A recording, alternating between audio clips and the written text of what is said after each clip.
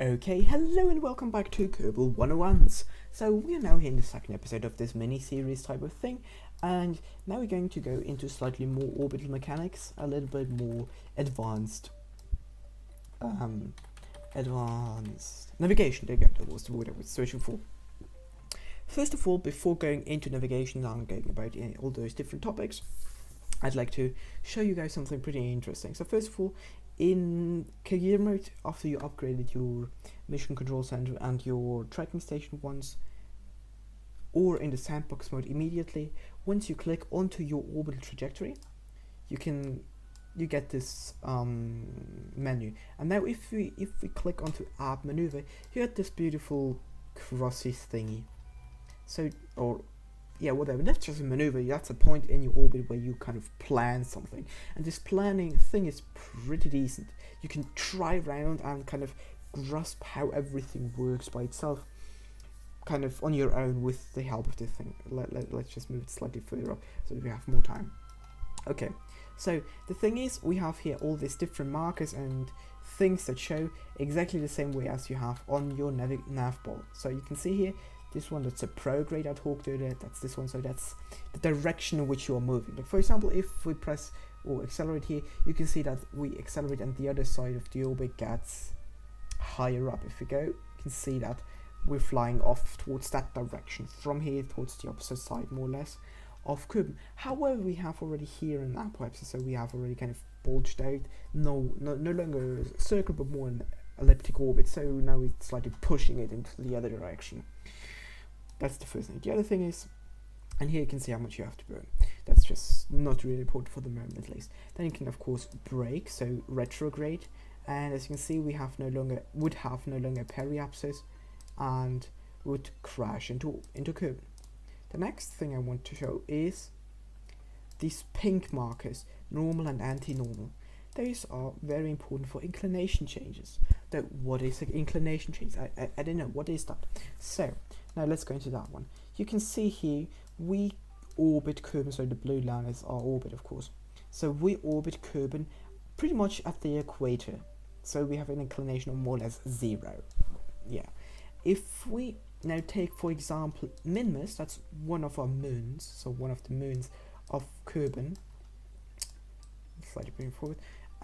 We can see now, I have selected Minmus as a target, so that's why the orbit is yellow. So you can see it at this node. Yeah, it is pretty circular orbit, so it should be the same. If we just burn this way, we should more or less, where do you have it?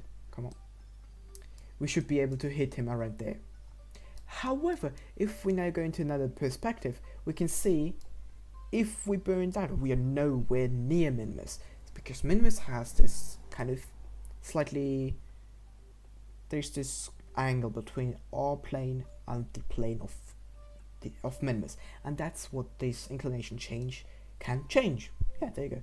So that means more or less that the difference, how your orbit is located in comparison to the planetary body it's orbiting. So if you would have Minmus a lot closer, we would have Minmus going around this way. So Minmus would be around going like that.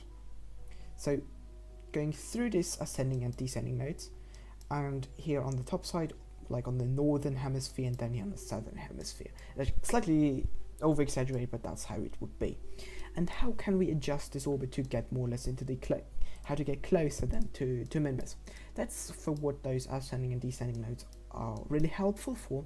That's the point on your orbit where you intersect the same plane. So if we were to burn, where we are here, if we were to burn again at the same point like earlier, because that's just by coincidence really, the ascending node, we could just accelerate forwards. So you just prograde. Yeah, it's a little bit off, but whatever. You would have an intersection there. Of course, Minmus is now wouldn't be at the same time now there, but that's just to showcase that it would work. And now, if we want to go hit Minmus over there, then we would need to go into this ascending node and then make a correction burn. So first of all, since we're traveling this side, either we trying out. So like this, we have to burn up, or with a little bit of vector physics, you can figure out that you have to burn towards, like upwards, so north, to increase this or decrease or just adjust your heading. And if we were to now accelerate, this would completely screw us up. No, this would mean that we were in the same plane, and if we are lucky, come on, I saw it. By the way, there you go. There you go. Now we have an encounter with members because we have adjusted our plane. It is not a perfect encounter, that's just for showcasing, of course. So we can see that we have an encounter. So that's why you need those prograde and normal and anti-normal vectors. So if we were now here in space, not in the map mode, come on, we could burn towards that. That would be north generally, and where do we have the other one? They're not showing, so normal would be around, yeah, north, and anti-normal is south. Just, I thought there should have been like the markers should have been on the nav screen, but they weren't somewhere. Whatever, not important though. That's the other thing I want to say. And the last thing that we haven't covered yet is radially inward and outward. So this one and that one. These are a little bit more complicated, but they're just literally burning towards the planet and away from the planet, not kind of factoring anything else. So if we were to burn here outward, we would kind of add velocity away, but this would generally just move our entire orbit in another direction. Though those are rather difficult to figure out in a simple orbit. You just have to play around with them and you will know how to use them. They're especially useful in hyperbolic trajectories. There you go. Now you can go and talk about hyperbolic trajectories, since I haven't talked about hyperbolic trajectories. And then we will have only one more chapter to, we're even in the atmosphere, one more chapter to kind of discuss. But first, hyperbolic trajectories. So what are hyperbolic trajectories?